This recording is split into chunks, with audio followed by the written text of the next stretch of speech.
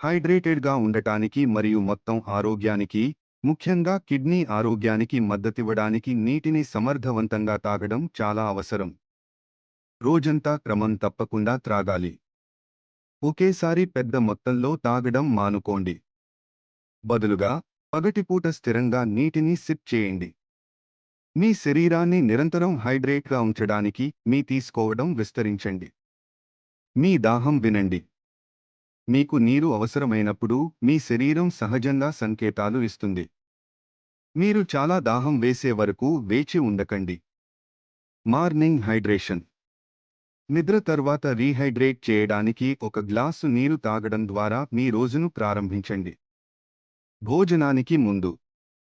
జీర్ణక్రియకు సహాయపడటానికి భోజనానికి 30 నిమిషాల ముందు ఒక గ్లాసు నీరు త్రాగాలి. ఓవర్ హైడ్రేషన్ను నివారించండి.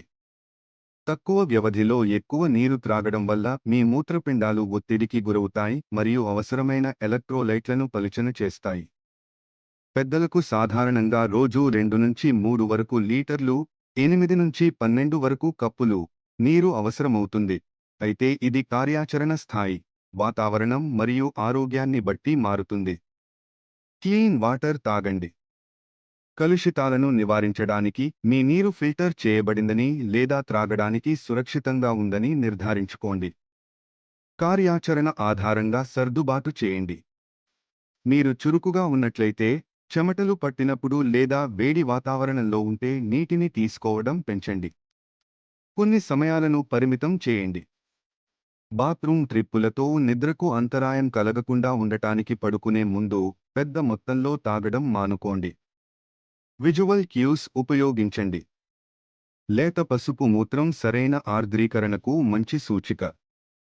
ముదురు మూత్రం నిర్జలీకరణాన్ని సూచిస్తుంది, అయితే పూర్తిగా స్పష్టమైన మూత్రం ఓవర్ హైడ్రేషన్ను సూచించవచ్చు.